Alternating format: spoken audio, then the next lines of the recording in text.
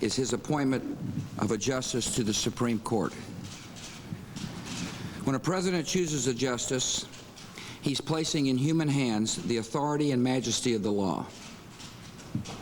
The decisions of the Supreme Court affect the life of every American. And so a nominee to that court must be a person of superb credentials and the highest integrity. A person who will faithfully apply the Constitution and keep our founding promise of equal justice under law. I have found such a person in Judge John Roberts. And tonight I'm honored to announce that I am nominating him to serve as Associate Justice of the Supreme Court. John Roberts currently serves on one of the most influential courts in the nation, the United States Court of Appeals for the District of Columbia Circuit. Before he was a respected judge, he was known as one of the most distinguished and talented attorneys in America. John Roberts has devoted his entire professional life to the cause of justice and is widely admired for his intellect, his sound judgment, and personal decency. Judge Roberts was born in Buffalo and grew up in Indiana. In high school, he captained his football team, and he worked summers in a steel mill to help pay his way through college. He's an honors graduate of both Harvard College and Harvard Law School. In his career, he has served as a law clerk to Justice William Rehnquist, as an associate counsel to President Ronald Reagan, and as the principal deputy solicitor general in the Department of Justice. In public service and in private practice, he has argued 39 cases before the Supreme Court and earned a reputation as one of the best legal minds of his generation. Judge Roberts has earned the respect of people from both political parties. After he was nominated for the Court of Appeals in 2001, a bipartisan group of more than 150 lawyers sent a letter to the Senate Judiciary Committee. They wrote, "Although as individuals we reflect a wide spectrum of political party affiliation and ideology, we are united in our belief that John Roberts will be an outstanding federal court appeals judge and should be confirmed by the United States Senate." The signers of this letter included a former counsel to a Republican president, a former counsel to 2 Democratic presidents, and former high-ranking Justice Department officials of both parties. My decision to nominate Judge Roberts to the Supreme Court came after a thorough and deliberative process. My staff and I consulted with more than 70 members of the United States Senate. I received good advice from both Republicans and Democrats. I appreciate the care they took. I'm grateful for their advice. I reviewed the credentials of many well-qualified men and women. I met personally with a number of potential nominees. In my meetings with Judge Roberts, I have been deeply impressed. He's a man of extraordinary accomplishment and ability. He has a good heart. He has the qualities Americans expect in a judge: experience, wisdom, fairness, and civility. He has profound respect for the rule of law and for the liberties guaranteed to every citizen. He will strictly apply the Constitution and laws, not legislate from the bench. He's also a man of character who loves his country and his family.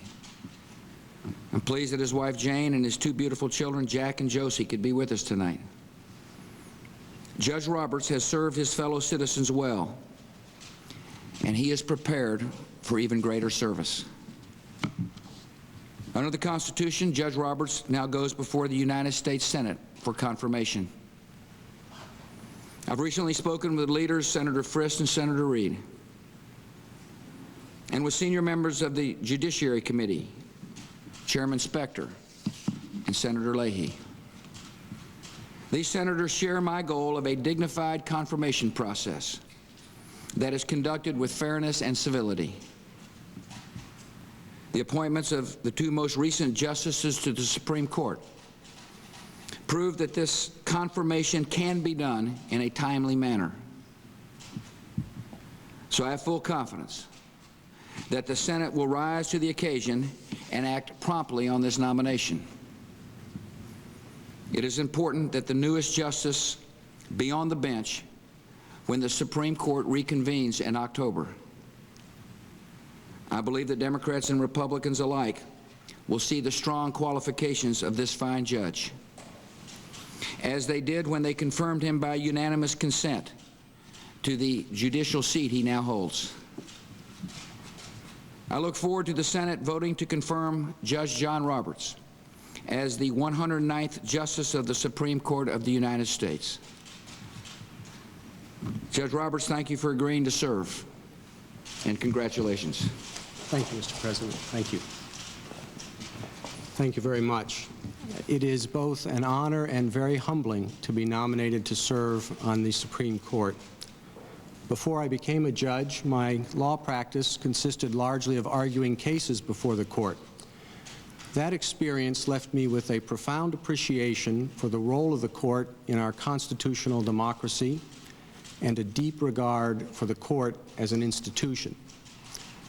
I always got a lump in my throat whenever I walked up those marble steps to argue a case before the court, and I don't think it was just from the nerves. I am very grateful for the confidence the President has shown in nominating me, and I look forward to the next step in the process before the United States Senate. It's also appropriate for me to acknowledge that I would not be standing here today if it were not for the sacrifice and help of my parents, Jack and Rosemary Roberts, my three sisters, Kathy, Peggy, and Barbara, and of course my wife, Jane. And I also want to acknowledge my children, my daughter Josie, my son Jack, who remind me every day why it's so important for us to work to preserve the institutions of our democracy. Thank you again very much. Good job, John. Thank you.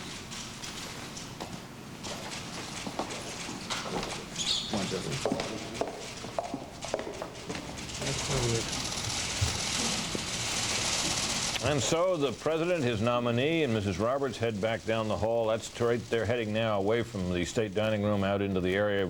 If they kept going straight, they'd come out right out that front door, which you see there. They will not, of course, however, I don't think. They'll go down through the downstairs hallway and perhaps back over into the West Wing.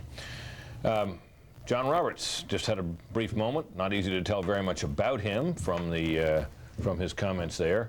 However, let's take a look at take another look at him here with our panel. Fred Barnes, executive editor of the Weekly Standard, Mort Kondracke, executive editor of Roll Call, and Bill Kristol, editor of the Weekly Standard. Bill, your thoughts about Judge Roberts? You and Fred seem to have a little difference as to whether this was a careful pick. It would seem that the President has chosen somebody without an extensive paper trail of either speeches or judicial opinions from which opponents might draw controversial or colorful statements of the kind that have gotten past nominees in trouble. Lots of people expect him to make that kind of pick, and lots of people, me included, expect him to pick a woman to fill Sandra Day O'Connor's seat without that kind of paper trail.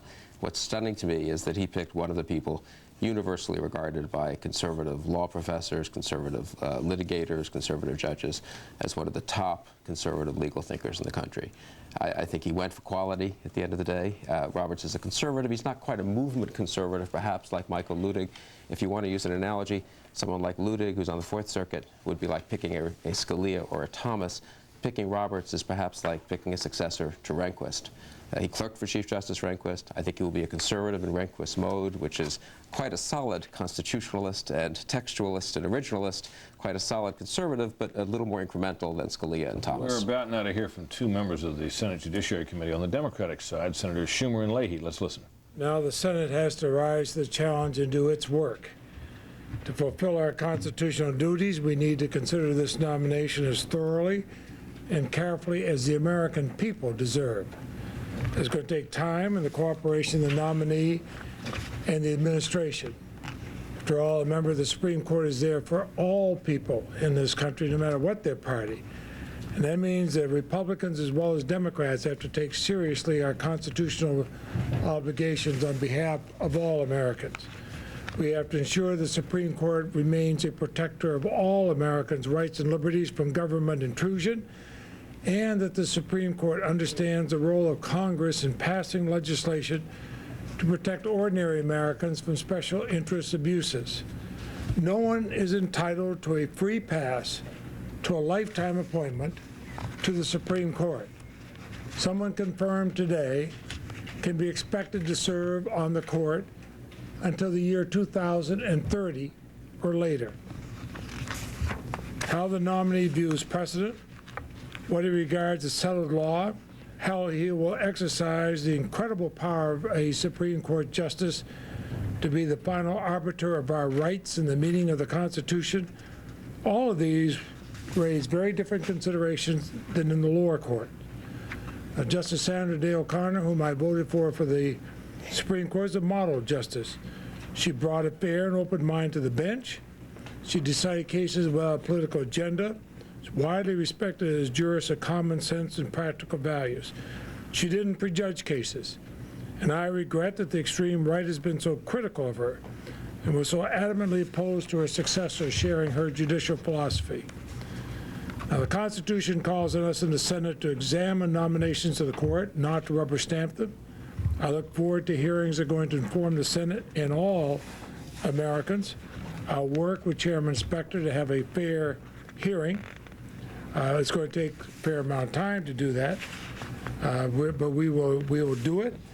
But they will be thorough hearings, and I really do not expect any issues that go to the qualifications, the honesty, the integrity, and the fairness of a Supreme Court justice to be off limits. All those questions can be asked.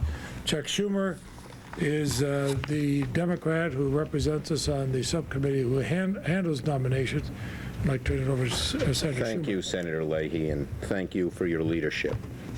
There's no question that Judge Roberts has outstanding legal credentials and an appropriate legal temperament and demeanor, but his actual judicial record is limited to only 2 years on the D.C. Circuit Court. For the rest of his career, he has been arguing cases as an able lawyer for others, leaving many of his personal views unknown. For these reasons, it is vital that Judge Roberts answer a wide range of questions openly, honestly, and fully in the coming months. His views will affect a generation of Americans, and it is his obligation during the nomination process to let the American people know those views. The burden is on a nominee to the Supreme Court to prove that he is worthy, not on the Senate to prove that he is unworthy. I voted against Judge Roberts for the D.C. Court of Appeals because he didn't answer questions fully and openly when he appeared before the committee. For instance, when I asked him a question that others have answered, to identify 3 Supreme Court cases of which he was critical, he refused. But now, well, that is a key to this whole matter in all likelihood. Senator Schumer has outlined a long list of questions that he says that he would ask not only, as it turns out, this nominee, but it would ask any other nominee. And these are questions, many of them, that Judge, now from the same court, by the way, Ruth Bader Ginsburg, now Justice Ginsburg, was asked as well, declined to answer, and in the end, it didn't hold her back. So the question has arisen whether the Schumer list, as it has come to be called in some quarters, would have any weight. It should be noted that Senator Schumer, as he said, voted against this nominee when he went through the first time to be on this court. However, there were only 3 votes against him, Senator Schumer and 2 others, Senator Durbin being another, and I guess the third was Senator Kennedy, who I think most viewers would think was not a great surprise. So you can see at least the beginning of some battle lines forming. Perhaps there will be more. Let's turn to our congressional correspondent, Brian Wilson, who may have more on that.